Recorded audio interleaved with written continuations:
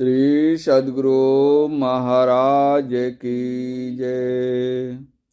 प्रातः स्मरणीय अनंत श्री विभूषित परमाराध्य संत सद्गुरु महर्षि में परमहंस जी महाराज का प्रवचन। सबको ओम कहने का अधिकार। इस प्रवचन का प्रथम भाग।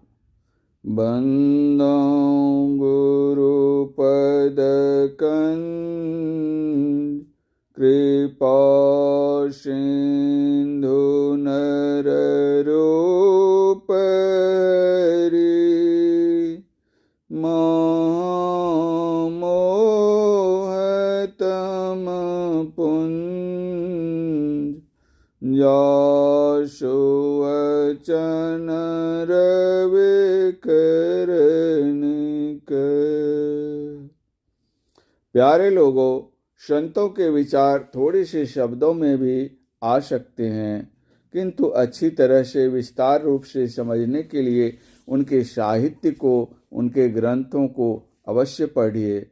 संतों के ग्रंथ को पढ़ने के पहले उनके पारिभाषिक शब्दों को और उनके अर्थों को अवश्य जानिए। संतों का भेद और पंडितों का वेद प्रसिद्ध है, इसलिए संतों की युक्ति जानिए और अभ्यास कीजिए, तब पूरा समझ सकते हैं। हम लोगों के 3 दिनों के सत्संग में संतों के सभी विचारों का पूर्ण रूप से वर्णन हो असंभव है, लेकिन अल्प मात्रा में थोड़े विचारों का समास रूप में वर्णन होता है। कई संतों के थोड़े वचन इसलिए आपको सुनाए जाते हैं कि किसी एक ही संत की वाणी से कैसे जान सकते हैं कि सब संतों का एक ही मत है। इसलिए सब संतों की वाणी को पढ़ना चाहिए। अनेक संतों की वाणी को नहीं पढ़कर एक ही संत की वाणी पढ़ने से आप सांप्रदायिक झंझट में फंसे रहेंगे और लड़ाई झगड़ा करते रहेंगे। लोक समाज में अशांति से छूटना नहीं हो सकता और संत मत में जाकर भी सांप्रदायिक झगड़े में जो पड़े तो कहाँ शांति पाने की आशा की जाए। समाज में भी शांति नहीं और साधु संप्रदाय में भी शांति नहीं हो तो शांति कहाँ हो। सन 1909 ईस्वी में मैं इस सत्संग में शामिल हुआ।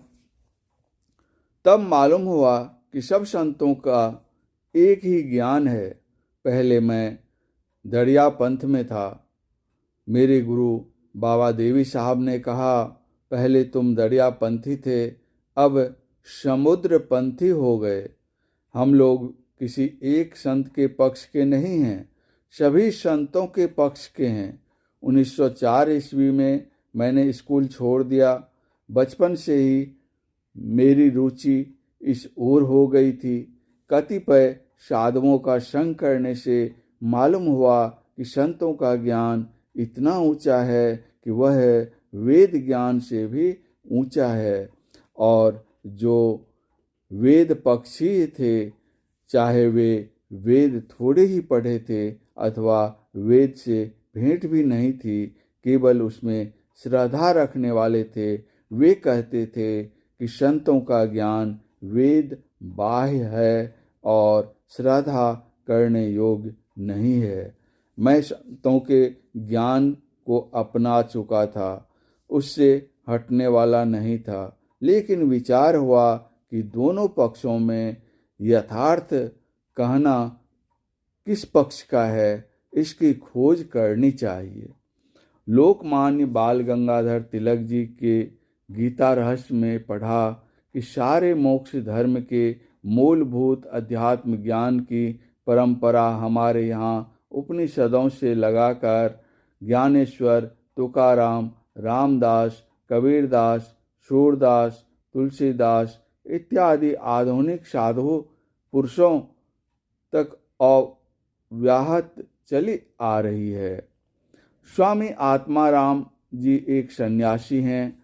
पहले उनका नाम पंडित वैदेही शरण दुबे था।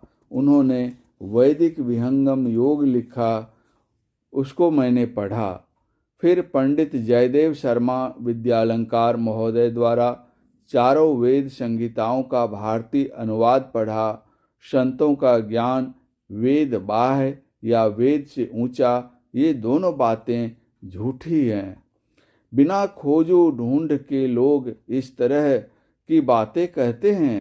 बिना तलाश के ही किसी निश्चय पर आना गलत है। जिसको विश्वास नहीं हो वह अपने से वेद और संतवाणी पढ़े और मेरे वेद दर्शन योग को भी पढ़े।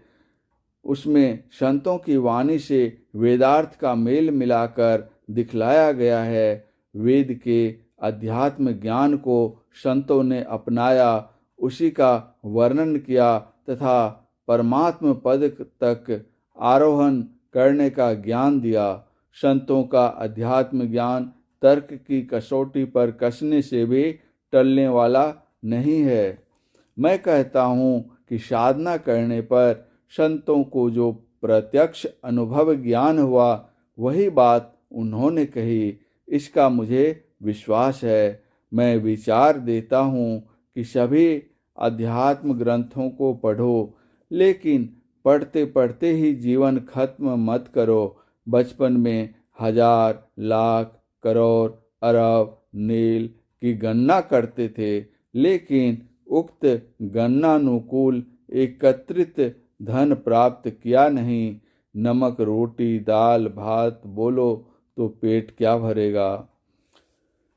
कबीर साहब ने कहा कि बाँझ झुलावे पालना तामे कौन सवाद। करो कुछ नहीं और बकबक करके बोलो बहुत, तो इससे क्या लाभ। संतों ने कहा इस सृष्टि का नियंता परमात्मा है, उनकी मौज से यह सृष्टि हुई। गुरु नानक साहब ने कहा है, तदि अपना आपो आप ही उपाया, ना किछुते किछु करी दिखलाया। जैसे मिट्टी से हंडिया गढ़ लो, इस तरह कुछ नहीं था, तब सृष्टि बना दी। कबीर साहब कहते हैं, प्रथम एक सो आपे आप। इस तरह सभी संतों ने एक ही से सब कुछ का होना कहा है। आगे और भी सिद्धांत हैं, द्वैत त्रैत आदि, जिनके प्रश्न का उत्तर एक दूसरे से ठीक ठीक नहीं बन पड़ता। कितने कहते हैं कि ईश्वर ने इस प्रकार की दुखमय सृष्टि क्यों की। मैं उनसे कहता हूँ कि एक अनादि अनंत सबका मूल है, ऐसा वह मानते हैं कि शादी शांत ससीम मानते हैं। यदि वे शादी शांत ससीम मानते हैं तो उसके पड़े क्या है। इस प्रश्न का उत्तर अनादि अनंत असीम नहीं कहने से प्रश्न हल नहीं होता। अनादि अनंत को अपनी ससीम बुद्धि में अटा लेना नहीं हो सकता। परमात्मा ने सृष्टि की, चाहे द्वैत मानो व अद्वैत। जब उन्होंने सृष्टि की तो पहले कंप हुआ, बिना कंप के कुछ नहीं बन सकता। आदि सृष्टि के लिए आदि कंप अवश्य हुआ। चाहे उन्होंने कंप बनाया या सृष्टि की, कुछ कहना होगा। कोई भी कंप बिना शब्द के नहीं है। शब्द कंपमय और कंप शब्दमय होता है। इस बात को मानने के लिए आज के वैज्ञानिक भी बाध्य है। जो आदि कंप व आदि शब्द हुआ, वह आदि शब्द बहुत अद्भुत है, ऐसा संतों ने देखा। इसका प्रतीक व वाचक जो मनुष्य भाषा में कहा जा सके, उसे उन्होंने ओम कहा। यह एक ऐसा शब्द है जो उच्चारण के सब स्थानों को भरकर होता है, ऐसा और कोई शब्द नहीं है। भिन्न भिन्न शब्दों के उच्चारण भिन्न भिन्न स्थानों से होते हैं, किंतु यह एक ओम शब्द ही उच्चारण के सभी स्थानों को भरकर होता है। ऋषियों ने बहुत सोचा होगा, यह शब्द सब शब्दों का प्रतिनिधि है। पहले जमाने में ऐसा प्रतिबंध था कि सब कोई ओम नहीं बोले। संत लोग लड़ाई झगड़ा करने नहीं जाते, हार जीत में वे नहीं जाते हैं। हार कर ही रहते हैं। कबीर साहब ने कहा है, हरिजन तो हारा भला जीतन दे संसार, हारा सतगुरु से मिले जीता जम की लार।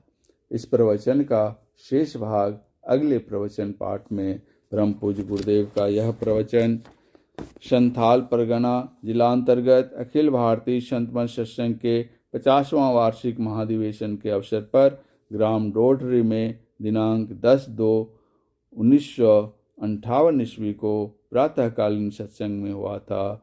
श्री सद्गुरु महाराज की जय।